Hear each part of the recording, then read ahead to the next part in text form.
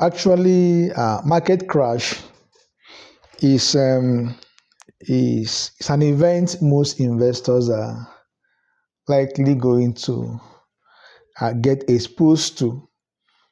If you've been in the market for a considerable length of time, you must have had at least encountered or experienced at least one market crash. And so while predicting the exact timing, of a stock market crash is difficult. Certain signs may, indicate a potential downturn before an actual crash occurs. There's these telltale signs indicating that a market crash is about to take place.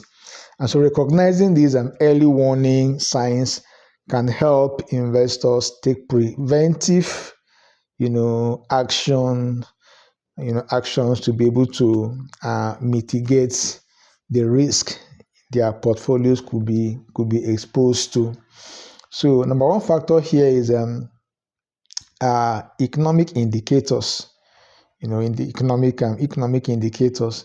So a sudden, decline in key economic indicators such as GDP growth, that's gross domestic products, employment data, consumer spending can signal a weakening economy, weakening kind of economic conditions that might lead to an eventual market crash. So investors should watch for, a slowdown in these key metrics: GDP growth, employment data, consumer spending, and a general weakness in the economy certainly would, indicate the fact that a crash in the market is about to occur.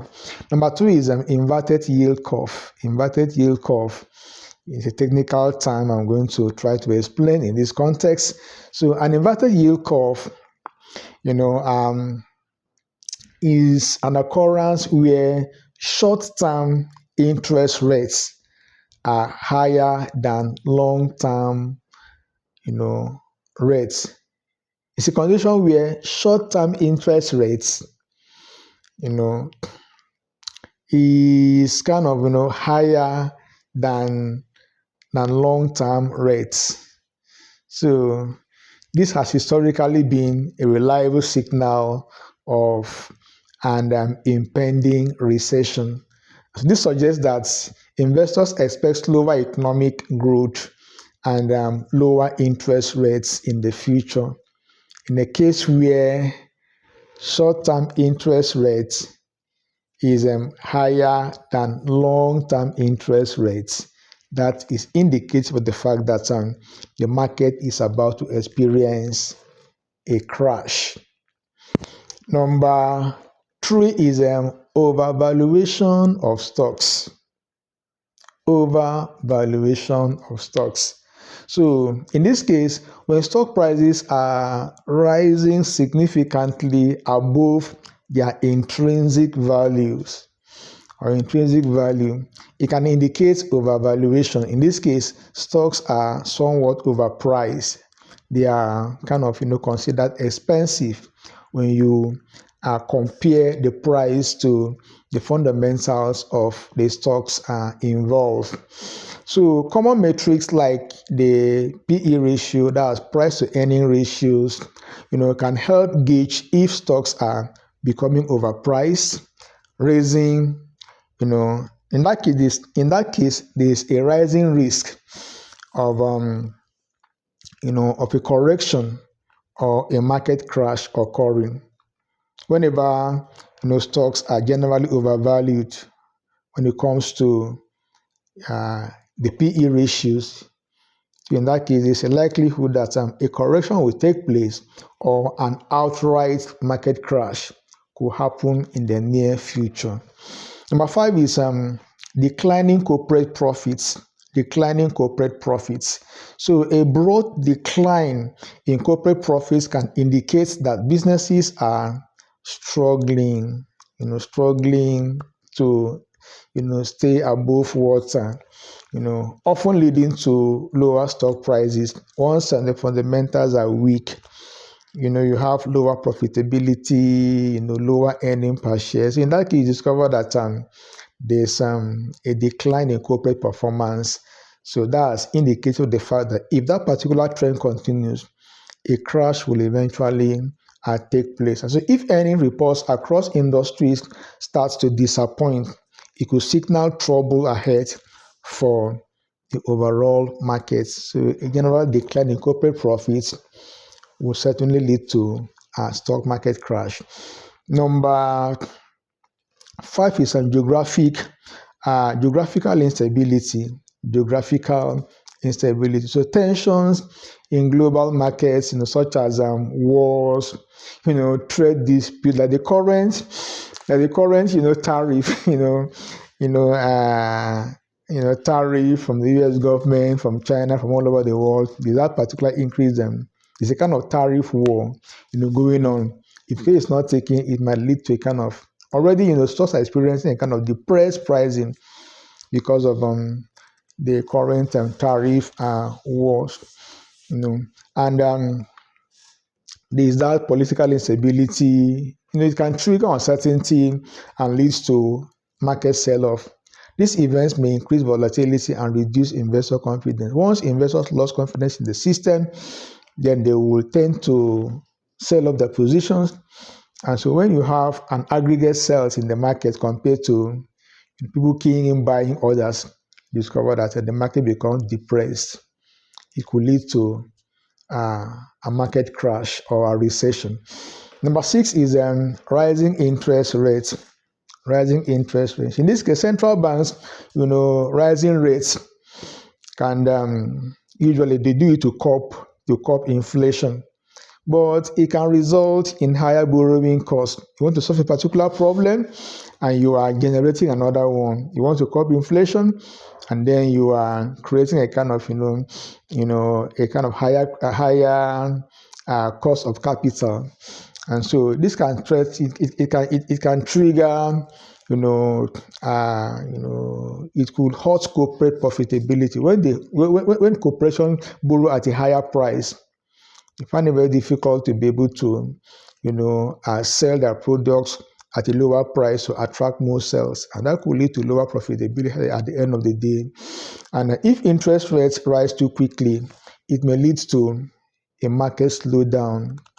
All right, because generally, high interest rate hurts corporation and equally hurts consumers. They can't really borrow at a cheaper rate to buy or to consume. You discover that in that case, it will lead to lower revenue for corporations and producers.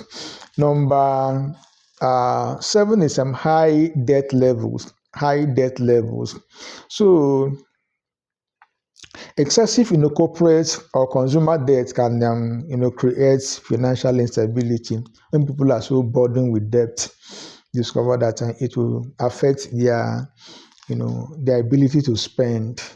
So a sudden increase in defaults or bankruptcies, especially, in key sectors, can trigger panic and leads to a broader market decline. Whenever they start default, people cannot pay their debts. Corporation cannot equally, honor obligations when it comes to, their bonds issuance and things like that. You discover that, cases of bankruptcy will multiply, and the overall effect of these factors could lead to a market crash. Please don't forget to subscribe to this channel, like this video, and watch with a mind of not getting entertained, but getting educated, so you could be a profitable investor. Not only that, number 8 is increased volatility. Usually the market is volatile, the market fluctuates. When it fluctuates at a higher level, it's never a good thing at all. So a rise in market volatility as seen through measures like VIX. VIX means the volatility index, can be a sign that investors are uncertain or fearful. So increased volatility often precedes market crashes. as it reflects heightened, risk aversion. People become so averse to risk, they don't want to invest or buy stocks that will affect the entire market. The number 9 is deteriorating market sentiments. Deteriorating market sentiment. When market sentiments tend to deteriorate, so if investors, sentiment turns overly negative, remember the market is not only controlled by logic or, men are not always logical when it comes to investing. Sometimes, sentiments, come in. And so once sentiment is overly negative, people are fearful, people are in a panic mood, then it will certainly affect the overall market. With widespread fear, without widespread panic, it can lead to a self-fulfilling cycle where sell-off causes further market decline. The more people are fearful, the more fearful they are, the more they tend to dump their stocks. They want to get out of the market and preserve their capital. That will lead to a general, downturn in the market. So watching investors' behavior through surveys or sentiment indices can provide, reasonable clues as to the fact that yes, there is a recession or a market crash right around the corner. Number 10 is sharp decline in key sectors. Sharp decline in key sectors. So a sharp drop in important sectors such as financials, that's the banking industries, or technology, can signal trouble. So since these sectors often drive market performance, significant decline in their stock prices can precede broader market downturn. So when you consider all these factors, you should be able to understand that yes, in in no distant time, in the very near future, a market crash is about to occur. And so you act proactively is better than reacting to the crash itself. If you can act proactively, redeploy your investment, rebalance your portfolio, and take other preventive, self, financial self preserving kind of, actions, then of course you're not going to suffer much when the eventual crash comes to pass. Please make a comment in the comment section, and don't forget to subscribe to this channel. It will do me a ton of good. It will motivate me to keep on bringing contents of this nature to you.